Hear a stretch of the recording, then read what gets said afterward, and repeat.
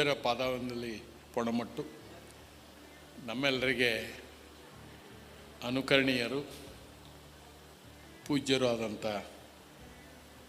ಬಸವರಾಜ ಪಾಟೀಲ್ರೇ, ಎಲ್ಲ ಅತಿಥಿ ಗಣ್ಯರೇ, ಇಲ್ಲಿ ನಡೆದಂಥ ತಾಯಂದಿರೇ, ಸಹೋದರ ಸಹೋದರಿಯರು,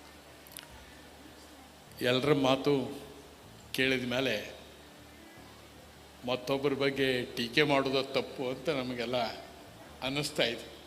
ನಾವೆಲ್ಲರೂ ಆತ್ಮಾವಲೋಕನ ಮಾಡಿಕೊಳ್ಬೇಕು. ಎಲ್ಲಿ ಎಡುತ್ತಾ ಇದ್ದೀವಿ ಅನ್ನೋದನ್ನು ತಿಳ್ಕೊಂಡು ಅದನ್ನು ಸರಿ ಮಾಡೋ ಕೆಲಸ ನಾವು ಮಾಡಿಕೊಂಡು ಹೋಗಿಬಿಟ್ರೆ ಬದಲಾವಣೆ ತರಲಿಕ್ಕೆ ಸಾಧ್ಯ ಆಗುತ್ತೆ. ಇಲ್ಲಾಂದ್ರೆ ಬದಲಾವಣೆ ಸಾಧ್ಯ ಇಲ್ಲ ಅನ್ನುವ ಅರಿವು ನಮಗೆಲ್ಲರಿಗೂ ಬಂದದ. ಆ ಅರಿವನ್ನು ಹೇಗೆ ಮೂಡಿಸ್ಕೋಬೇಕು ಅನ್ನೋದನ್ನು ಪೂಜ್ಯರು ನಮಗೆ ಸಕಾಲಿಕ ಮಾರ್ಗದರ್ಶನ ಮಾಡ್ತಾ ಹೋಗಬೇಕು. ನಾವೆಲ್ಲರೂ ನಿಮ್ಮ ಆಶೀರ್ವಾದ, ನಿಮ್ಮ ಬೆಂಬಲದ ಮುಖಾಂತರ ಕುರ್ಚೇದ ಮೇಲೆ ಕುಂಡ್ರೋರು.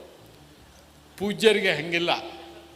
ನೀವು ಕುರ್ಚೇದ ಮೇಲೆ ಕುಂತ ಮ್ಯಾಗ ಸಮಾಜಕ್ಕೆ ಸರಿಯಾದ ಮಾರ್ಗದರ್ಶನ ನಿಮ್ಮಿಂದ ಯಾವಾಗಲೂ ಬರಬೇಕು.